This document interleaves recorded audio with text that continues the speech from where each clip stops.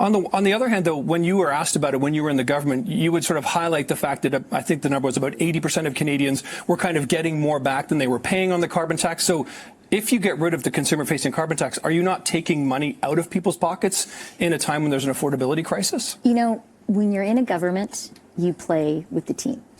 When you're in the mob, you play ball. This is what you do. That's right. Today we're talking about Chrystia Freeland and her bid for the Liberal Party leadership.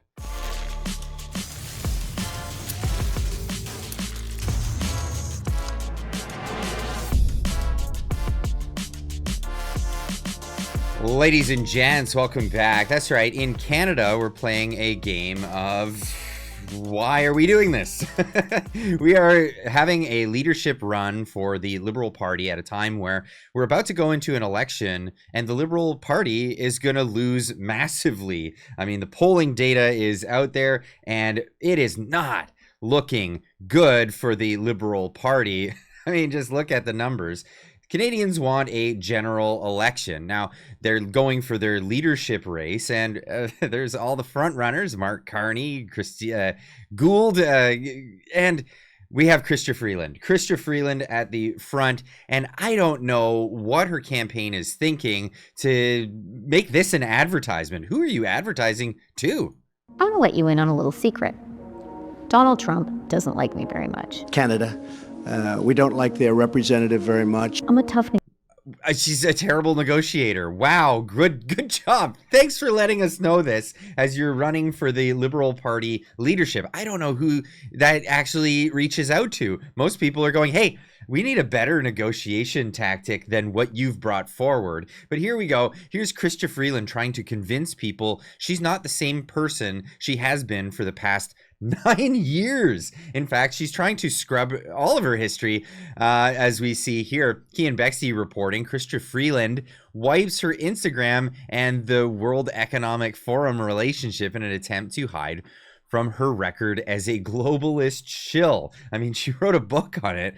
It's crazy, but this is real. Like, if you go to the World Economic Forum website where it was her profile, it no longer exists. She's trying to hide from her past, but you know, the internet is forever. This is a beautiful thing.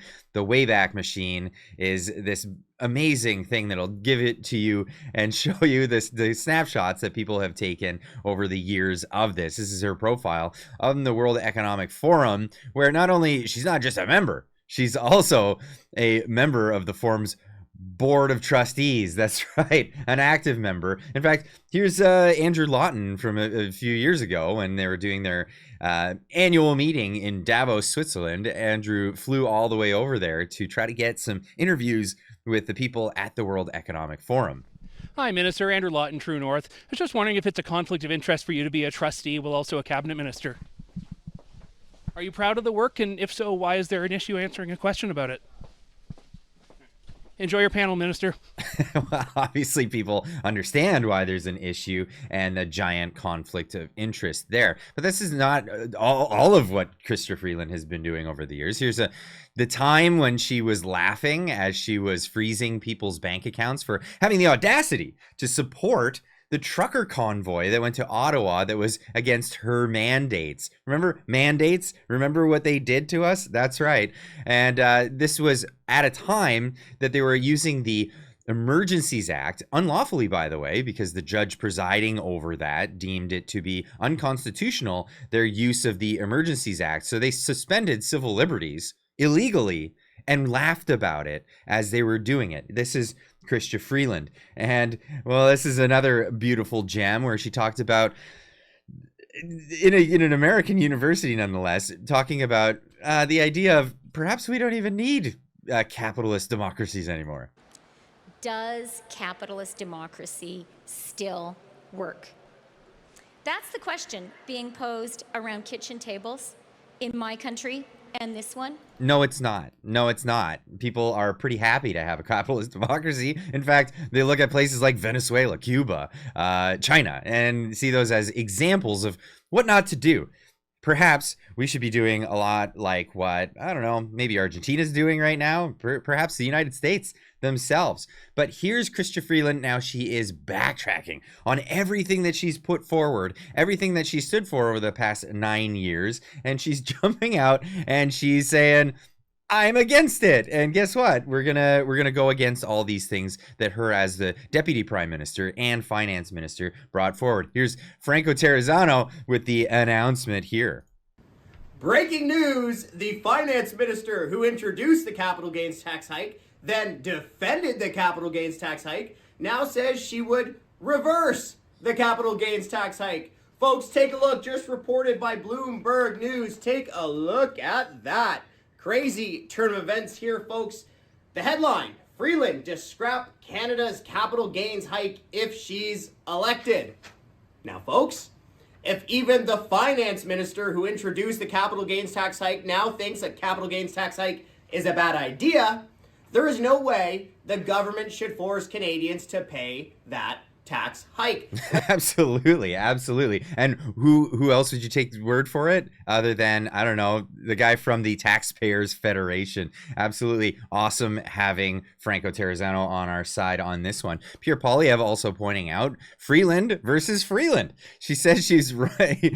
She says she was wrong again. Wrong on the carbon tax, wrong on the capital gains tax hike, wrong on her GST gimmick. Her slogan should be, I'm Chrystia Freeland, and I was wrong about everything. This is unbelievable. Here she is. Freeland's capital gains tax hike passes. Pierre votes against it. Freeland to scrap Canada's capital gains tax hike if elected. This is what she's all about. Again, Pierre pointing out carbon tax. Chrystia voted at least 43 times for Trudeau's tax on gas, heat, and groceries. She stood by him up until the moment that she found out she was losing her job. In fact, yeah, she was losing her job. I'll play this clip and then the next one. We need to get better at listening to Canadians and at listening to what Canadians are telling us. Yeah. And we have heard very clearly from Canadians in provinces where there is a consumer-facing price on carbon that they don't like it. That's something that we have to listen to. I absolutely believe that a price on pollution is the right thing for Canada and for our economy. The price on pollution, economically the most effective way to act on climate change. Yep, totally backtracking on everything she said. Now, here's a great one. Andrew Scheer pointing out, breaking, Freeland exposed. Chrystia Freeland, major gaffe that undermined her own campaign. Here she admits she didn't quit Trudeau's cabinet. Like she originally claimed, she was fired. She only pretended to resign to protect her own ego. That means she was happy to support all of Trudeau's policies. That's absolutely correct. Here we are. Let's go back to the disagreement you're having with the Prime Minister, because let's say you win this race. Of course, there's several people in the race right now. If there was a disagreement in your cabinet, how would you handle things differently? Like if your finance minister came to you and said, Prime Minister, I think we're on the wrong track here. How would you tackle that differently than what the experience you've had was? Well, probably I wouldn't tell my finance minister I was going to fire her the day after she delivered the fall economic statement. I probably wouldn't say that 3 days before she was supposed to deliver.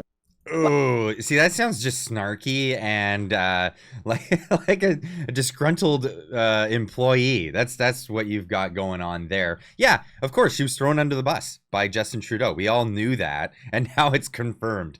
Great job. You've been thrown under the bus, and now you're reversing all your positions. That doesn't mean that you have any leg to stand on going into this liberal leadership. I mean, I guess that is kind of par for the course. Anyone that wants to run for the Liberal Party shouldn't have any standards going into it, let alone any backbone. Here we are, the food professor saying, so Chrystia Freeland has reversed her stance on GST holiday, the carbon tax, and now the capital gains tax. At this rate, Freeland might as well announce her candidacy for the Conservative Party. She's already nailing the audition.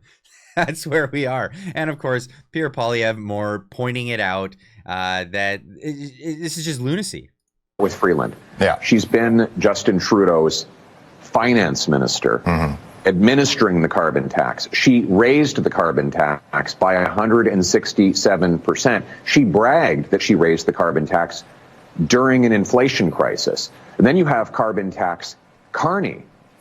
This guy says the carbon tax is too low. And yesterday, he just won the endorsement of the crazy carbon tax minister, Stephen Guilbeault, who has said he would resign from the Liberal Party if they ever got rid of the carbon tax, which means that Carney has made a deal with him that they will pretend that the carbon tax has been put aside until after the election.